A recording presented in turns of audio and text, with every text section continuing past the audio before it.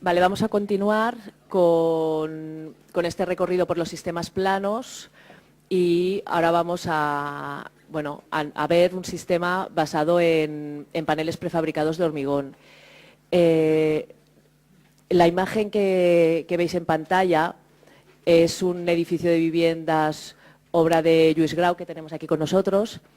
Y yo he elegido esta imagen porque creo que es muy ilustrativa de las posibilidades arquitectónicas que da el sistema. O sea, simplemente en esta imagen vemos un edificio con una planta bastante irregular, con estos giros que va haciendo, una cubierta también con una forma no ortogonal, con los planos inclinados. Vemos una alternancia en los huecos, donde la parte que es más balconera va cambiando de posición, unos voladizos. Lo que quiero decir es que vemos grandes posibilidades del sistema únicamente en una imagen y en un edificio. Que aparte, por ejemplo, también la presencia de juntas. A mí me sorprende en este edificio que para ser un edificio prefabricado de hormigón, las uniones están completamente desdibujadas. Por otra parte, no sé si saldrá a continuación, veremos también la sección del edificio y no únicamente veremos una gran... o sea, una geometría en planta bastante curiosa, sino que también el edificio se adapta a una geometría del terreno con bastantes pendientes y desniveles. Así pues, te dejo la palabra. Bien, muchas gracias por la invitación a enseñar nuestro edificio. Veréis que no usamos solo el nuestro, sino otro de Víctor Seguí en Granollers, construido con el mismo sistema, pero con variantes. Lo que sí es cierto es que trabajar con un sistema de BSCP, que es dos cosas, es una consultoría ubicada en Madrid, la tenéis cerca, si entráis en su página web, creo que ahora está en Madrid Ciudad, antes no lo estaba, y es además el sistema constructivo. Sencillamente lo que hacen es coger cualquier proyecto ejecutivo que hayamos redactado nosotros, si lo pide el promotor o si lo pide el constructor, en principio ellos trabajan para el constructor, y lo despiezan en paneles de hormigón macizos, que pueden ser de una capa o de varias. En nuestro caso usamos de una y de tres. Los tabiques, los forjados intermedios eran piezas de una capa, pero las fachadas y la planta baja, por ejemplo, eran piezas de tres capas. La primera dificultad es que algunas cosas van exactamente al revés de cómo las planteamos normalmente. Por ejemplo, en nuestro caso, al menos a mí me costó mucho de entender, a la grúa le llamamos un medio auxiliar, normalmente. Bueno, pues aquí la grúa fue el elemento fundamental. Fue quien nos marcó, por ejemplo, el formato o el peso de las piezas. En el año 2000, el edificio estaba construido, acabado en el 2002 y ocupado en 2003.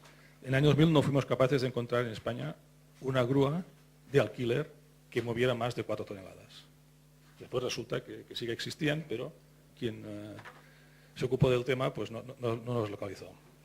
Entonces, todo el proyecto vino condicionado por esto. Es decir, todas las piezas que vais a ver, que fabricamos, movemos, etcétera, no pasan de las 4 toneladas porque si no la grúa nos dejaba sin acceso prácticamente a nada.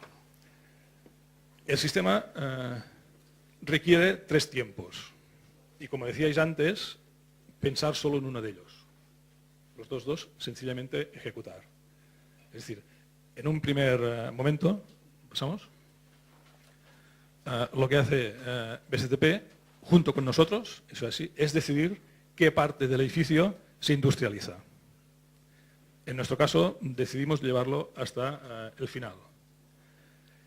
Y además, como variante, como veréis con el edificio de Víctor Seguí, decidimos introducir en los paneles todas las instalaciones de pequeña sección, es decir, telecomunicaciones, electricidad, todas las aguas, incluida climatización, están dentro. Por tanto, lo primero que se hace es la estrategia. ¿Qué se fabrica? ¿Dónde se fabrica? Tenemos 2 opciones, podemos hacerlo en taller si necesitamos más calidad o hacerlo in situ. Los 2 casos que veremos son fabricados in situ. Y después el nivel de implicación, por ejemplo, con las instalaciones. El edificio de Granollers no pusieron instalaciones, creo que solo trabajaron con elementos de una capa, a diferencia de nosotros. Adelante. lo que hace el proyecto. ¿Veis? Esta es la forma de la parcela, la forma endemoniada.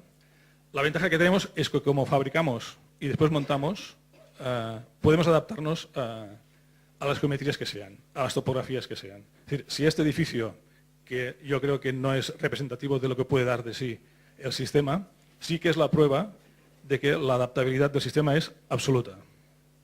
Este es un plano de montaje de la planta baja.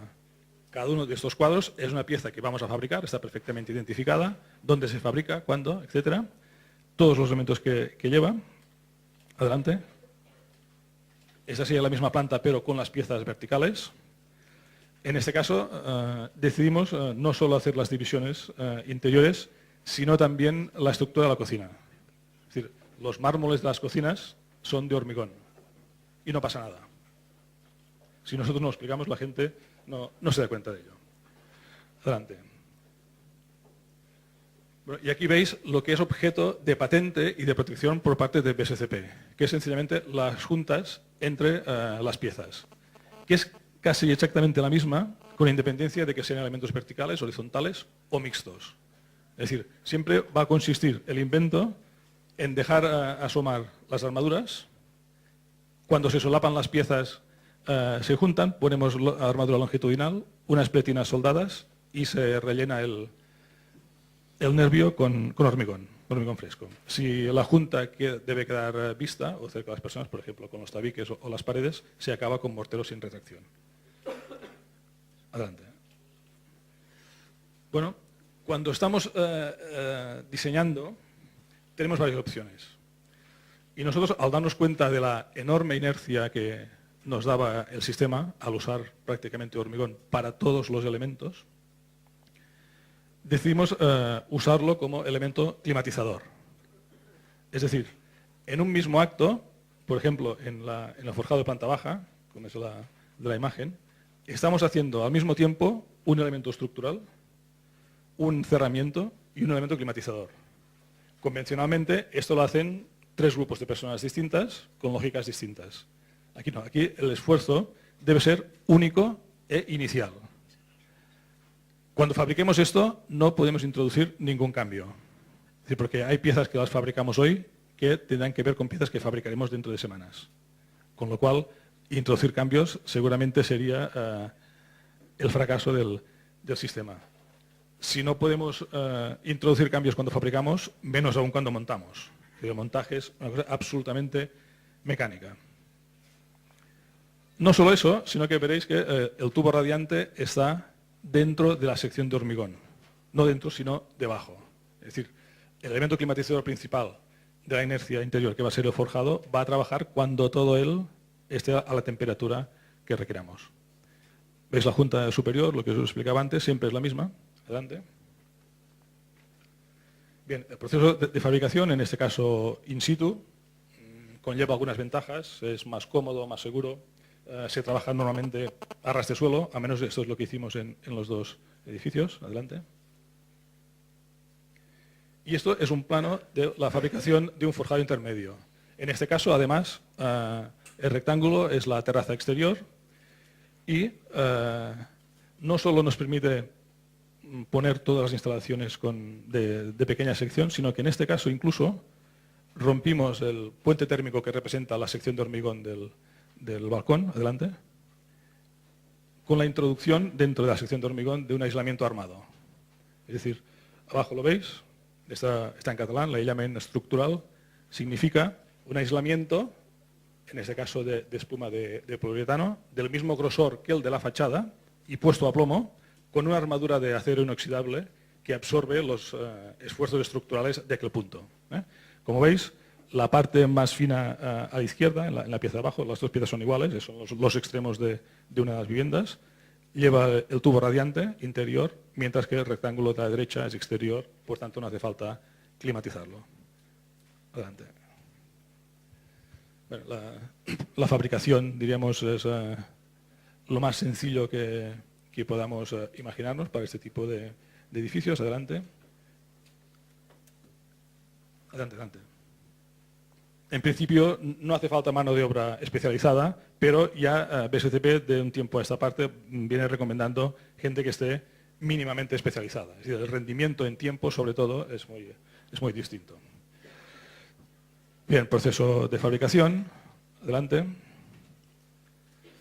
Y aquí lo que veis es un plano, por un lado, de una fachada, 3 capas, y a la derecha, arriba, otra pieza de fachada, no se corresponden, no son exactamente las mismas, pero veis todas las instalaciones dentro. Esto fue decisión nuestra. Es decir, cuadro eléctrico, cuadro de telecomunicaciones, montantes principales de climatización, derivación de la vivienda, etc. En este caso son 3 capas, está hormigonada la exterior, esto es una fachada, el fondo azul es el poliestireno extrusionado y falta hormigonar la hoja principal de más grosor, la interior, la que nos proporciona inercia y además contendrá las instalaciones. Abajo tenéis cómo se desencofra una pieza en vertical, debe llevar 2 pares de omegas de sujeción, una en su tabla, en su plano principal para levantarla, ponerla en un plano inclinado y después tomarla por su canto para poder ser puesta en obra. Adelante. Bien, fases de montaje, se puede incluir perfilería metálica si se hace falta. Esto es la foto superior es Mataró, la de abajo es Granollers. Adelante. Esto es una imagen de Granollers. Como veis, los paneles están muy limpios, todos de una sola capa. No asoman instalaciones de los propios paneles. Es una de las posibilidades. Las instalaciones aquí van a ir adosadas para cada una de las caras y después estar adosadas con pladur. Adelante. Mientras que este es el nuestro. Aquí, si os fijáis, irán saliendo todo tipo de instalaciones, no solo las de climatización, que son las que salen de los forjados, sino las aguas, telecos, electricidad, etc. Adelante. La imagen de las fachadas de los 2 edificios. El nuestro era entre medianeras, el de Granollers creo que era exento, una imagen exterior de Granollers. Es decir, creo que al menos una de las fachadas de Granollers es ventilada, por tanto la hicieron a posteriori, es decir, tenían la base industrializada interior y trabajaron por fuera. Nosotros no, nosotros hicimos las 3 capas y sencillamente la pintamos al silicato. Adelante. Bien, esta es nuestra fachada principal, fachada posterior. Normalmente la estructura no llega al suelo, sino que se apea, en este caso en Granollers, sobre una estructura de pilares y de jácenas de canto, de hormigón, adelante, y en nuestro caso sobre pilares y estructura metálica. Adelante. Bien, 2 fotos de la zona de día de las viviendas. La de izquierda no es muy buena, durante la obra todo es absolutamente de color gris, parece que hay un bombardeado a veces, y la cocina acabada en la zona de día y de noche. Adelante. Bien, al final decidimos también que si trabajamos en hormigón nos habían pedido, como este es un edificio público para jóvenes y además de rotaciones de cada 5 años hay que cambiar los usuarios, que fuera resistente. Entonces, bien, era obvio que el hormigón nos daba esa resistencia requerida y hasta las encimeras de las cocinas las fabricamos en hormigón. Y no ha producido ningún problema. Es decir, la gente se asusta cuando le dices que es hormigón. Si no, creen que es una piedra de color de tonos oscuros. Adelante. Bien, este es el edificio de Granollers, digamos con unos acabados más convencionales. Y esta es la planta tipo. Fijaos que aquí es la planta de nuestro proyecto ejecutivo. Es decir, todavía están los pilares dibujados. Es decir, el cambio a nosotros se nos impuso. Antes de acabar el proyecto ejecutivo, el promotor nos dice, vamos a prefabricar el edificio. Bueno, nosotros nos quedamos de piedra. Es decir, ¿cómo vamos a prefabricar esto que es artesanía pura? Nos costó entender la capacidad de adaptación del sistema. Y una vez asumido que podíamos conservar las características principales del edificio de la arquitectura, al final, con el sistema, decidimos no solo aceptarlo, sino sacarle partido. Otra cosa muy importante para nosotros es que la integración, adelante, del aparato solar, es decir, el encargo formaba parte de este experimento social que es hacer viviendas hacia colectivos, diremos, restringidos de personas. En este caso era para gente joven. También conllevaba hacer un experimento de sostenibilidad, sin más, a ver hasta dónde podíamos llegar. Entonces, lo primero que tuvimos claro es que si poníamos un aparato solar, este debía estar perfectamente integrado en el edificio desde el comienzo, ¿no? Y el sistema nos permitió respetar esto. Esto significa que donde en la planta tipo teníamos apartamentos tipo, en la cubierta tenemos cubierta metálica, inclinada y térmica, la parte de la derecha, a un lado del núcleo de comunicaciones verticales. Y a la izquierda, un captador horizontal fotovoltaico. Yo creo que lo importante del sistema, además de las ventajas que conlleva de economía, de tiempo, etcétera, es que nos permitió experimentar con la climatización usando la inercia proporcionada por el hormigón. Es decir, el edificio se calienta en invierno, se refresca en verano y no tiene apoyos. Y esas 3 semanas que acaban de pasar, no ha habido ni una reclamación. Yo pregunté específicamente al ayuntamiento qué había pasado y en principio dijeron que ningún problema. Desde el 2003 no hemos tenido ese tipo de problemas, a diferencia de otros edificios de PUMSA, de la misma empresa, que cuando algo no funciona le montan el pollo al alcalde directamente en los plenos. Es decir, si ponéis PUMSA en Google, las primeras páginas que salen son los de los afectados de algunos edificios. Aquí de momento no ha pasado esto, además podemos volver, estamos yendo al edificio continuamente y los usuarios pues, nos tratan bien, a diferencia de otros técnicos que no pueden volver a sus obras, ¿no? Yo creo que lo importante, es decir, lo que decía Ignacio de cuáles eran las consecuencias para nosotros de haber asumido un sistema como este, es precisamente que al unirlo, al anterior, con estos captadores solares no vidriados, es cuando podemos sacarle verdaderamente partido al sistema. Es decir, sí que puedes mantener o crear el sistema expresivo que tú quieras, pero la discontinuidad, por ejemplo, de la energía solar diaria e incluso la estacional nos la salva la inercia. Sobre todo está la inercia. Es más, yo diría que el edificio está un poco, en ese sentido, pasado de rosca. Incluso hemos puesto del orden de 530 kilos solo de hormigón por metro cúbico. Es mucha inercia. Es decir, con menos, el edificio sería todavía algo más eficiente. Pero con esta placa no vidriada, en las noches de verano, cuando ven la bóveda celeste, por lo tanto, ceden el calor que durante el día la Tierra recibe más como todos los elementos expuestos al cielo, se enfrían. Si yo abro el circuito de los forjados, me enfrían los forjados. Por tanto, en verano tenemos refrigeración prácticamente gratis. Como es de día un rato sí, o es de noche un rato sí, un rato no, otra vez es la inercia la que nos salva esta discontinuidad y podemos tener un servicio, digamos, interior sin más problemas. No solo eso, sino que además yo creo que no calentamos la inercia cuando llega el frío, en septiembre, octubre, sino que lo que hacemos es impedir que se enfríe. Es decir, contamos ya con la aportación veraniega para el invierno.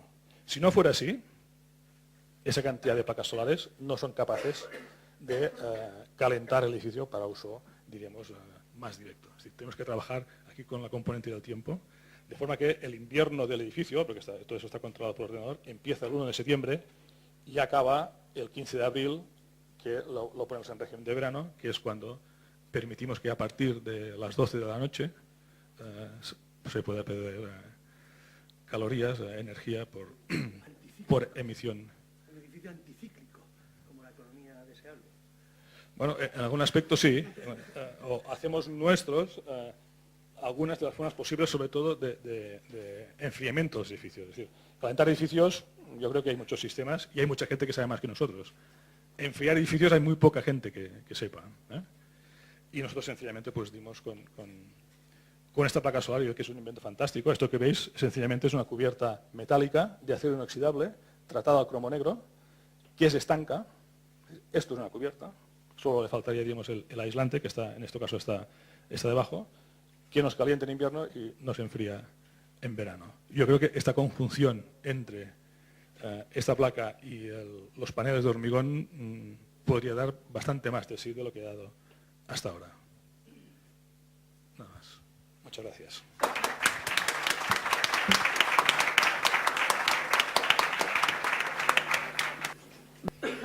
Comparativamente, habéis hecho los números, imagino que sí. Hay unas imágenes donde se ve vuestro edificio y enfrente el tradicional, de pórticos, cerramiento de fábrica de ladrillo, etcétera. ¿Lo habéis medido en pelas o en euros? Es decir, uno y otro. Sí. Nuestro sistema sale más barato, con todas las novatadas incluidas. La primera de ellas. ¿De qué orden el metro cuadrado habéis? ¿O tienes cuantificado eso? Sí, 630 euros de 2002. ¿No? Sí, sí. Es decir, mejoramos todas las ofertas del concurso, sí, incluida la del propio constructor que había hecho la oferta convencional. También. Sí, sí. Eso incluye todo el aparato solar, el ordenador de gestión, el software para PUMSA de gestión desde sus oficinas. Es decir, desde las oficinas pueden leer el comportamiento, en este caso solar o térmico del edificio, aunque para cambiar consignas o actuar sobre ello debes ir al propio edificio, ¿no? Todo ¿Lo habéis hecho todo a 630 euros metro cuadrado? 627. ¿Qué viste? Sí. Enhorabuena, enhorabuena. Contando que seguramente el no contacto masivo con los estructuristas llevó a sobredimensionar la estructura metálica del sótano. Y yo me di cuenta cuando el suministrador le preguntó al constructor que qué hacían con aquellos perfiles en Mataró, que a qué edificio le hacía falta. Y esto me hizo encender la luz, pero claro, el edificio estaba en marcha, estábamos poniendo los pilares en el sótano y hubo una confusión con los estructuristas, con los calculistas, por el tema del suelo radiante. Es decir, nosotros habíamos previsto en nuestro proyecto primero el suelo radiante encima forjado ligero, y ellos contaban los 25 centímetros del espesor prefabricado macizo más los 10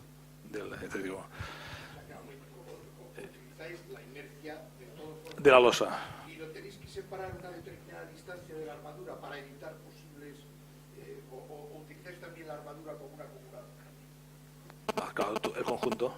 Es decir, solo que usamos la armadura inferior de la losa para sujetar el tubo radiante.